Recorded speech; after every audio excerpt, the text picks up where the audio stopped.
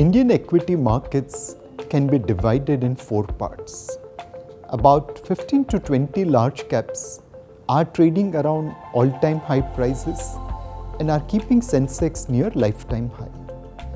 These stocks are quality in governance and defensive in business. Over the last 3 years, domestic and foreign passive investors have bought more than 12 billion of index stocks.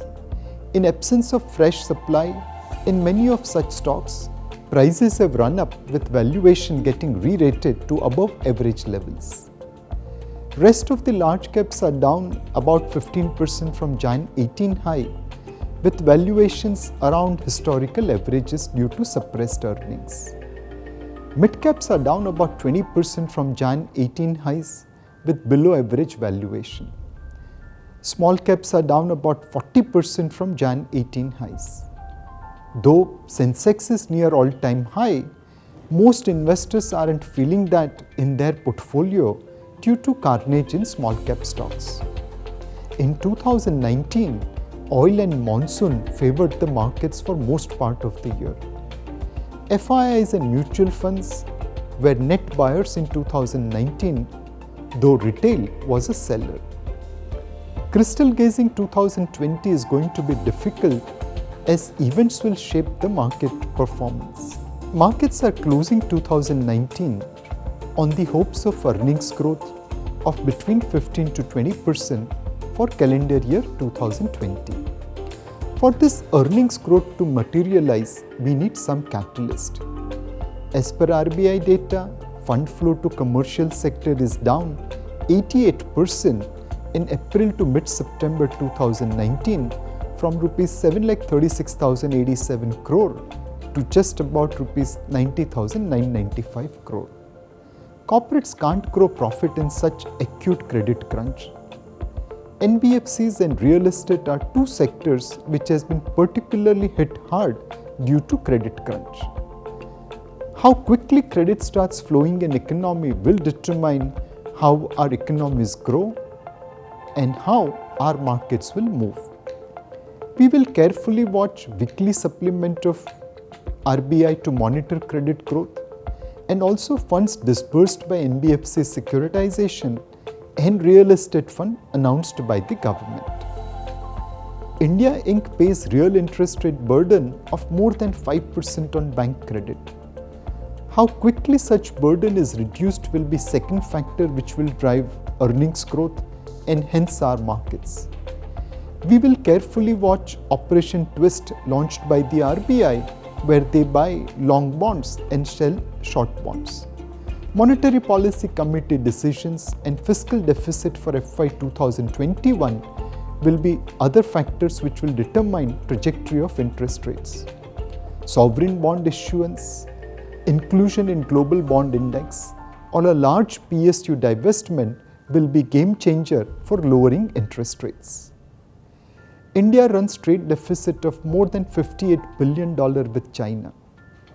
This has converted our manufacturers to traders and reduced the multiplier effect in local economy as our spending is creating jobs in China rather than in India. How quickly Indians boycott non-essential Chinese goods and curtail trade deficit will be third factor impacting earnings and driving our markets. While analyzing top-down trends, we will keep watch on bottom-up developments. For example, government spending on infrastructure benefits construction and cement companies.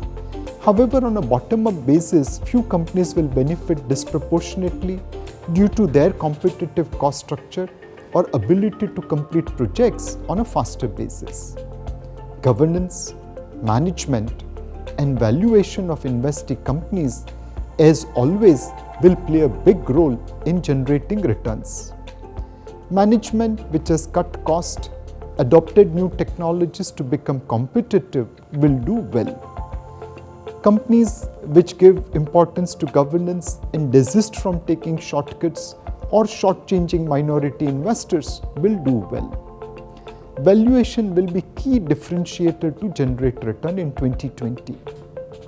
End of 2019, what is looking cheap isn't looking safe in near term, And what is looking safe isn't looking cheap over medium term.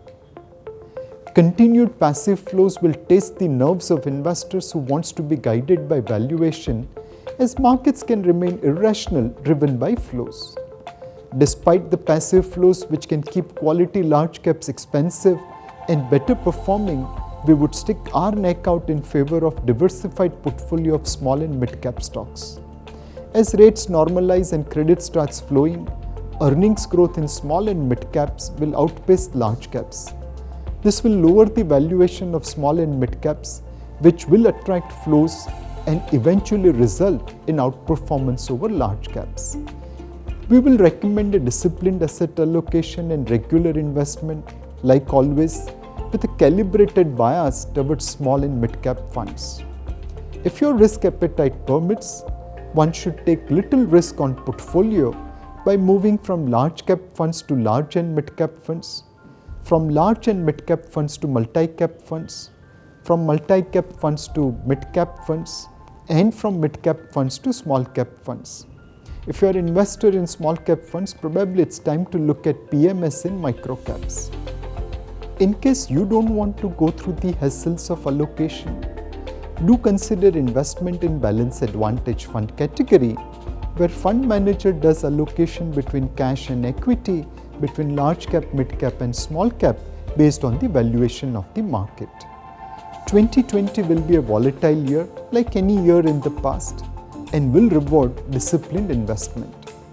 At Kotak Mutual Fund, we will continue to manage your money with the focus of investing in good businesses, that is, businesses where return on equity is higher than cost of capital over a period of time, run by good managers, that is, managers who have vision as well as passion to execute things, and buying at good prices where we believe there is higher earnings growth possible than what is priced by the market.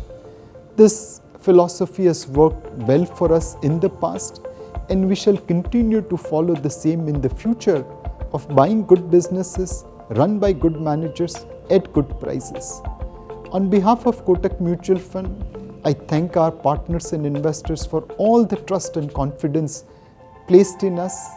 Wish you and your loved ones a very happy and prosperous 2020. Mutual fund investments are subject to market risks. Read all scheme-related documents carefully.